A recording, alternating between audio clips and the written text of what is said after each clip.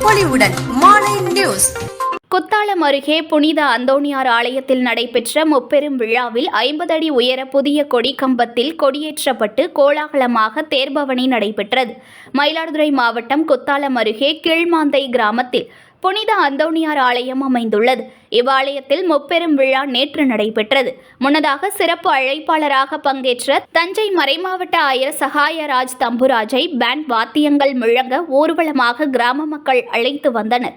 பின்னர் ஆலயத்தின் அருகே புதிதாக அமைக்கப்பட்டிருந்த 50 அடி உயரம் கொண்ட திருக்கொடி கம்பத்தில் புனித சடங்குகள் செய்யப்பட்ட நிலையில் தஞ்சை மறைமாவட்ட ஆயர் சகாயராஜ் தம்புராஜ் கொடியினை ஏற்றி வைத்து அருகே அமைக்கப்பட்டிருந்த புனித அந்தோணியார் சிலையினை திறந்து வைத்தார். மயிலாடுதுறை மாவட்டம் அதிபர் தாசிஸ் ராஜ் மற்றும் பங்கு தந்தைகள் பலர் முன்னிலையில் கூட்டாக இணைந்து சிறப்பு திருப்பலியும் நடைபெற்றது. இதில் உலக அமைதி மற்றும் நன்மை வேண்டி பொதுமக்கள் அனைவரும் பிரார்த்தனை மேற்கொண்டனர். பின்னர் மின் விளக்குகளால் அலங்காரம் செய்யப்பட்டு மந்திரிக்கப்பட்ட தேரில் புனித அந்தோணியார் எழுந்தருள வானவேடிக்கை மற்றும் பேண்ட் வாத்தியங்கள் முழங்க தேர்பவனி கோலாகலமாக நடைபெற்றது. இதில் 1000க்கும் மேற்பட்ட இறை மக்கள் கலந்து கொண்டு வழிபாடு மேற்கொண்டனர். புது பொலிவுடன் மாலை நியூஸ்.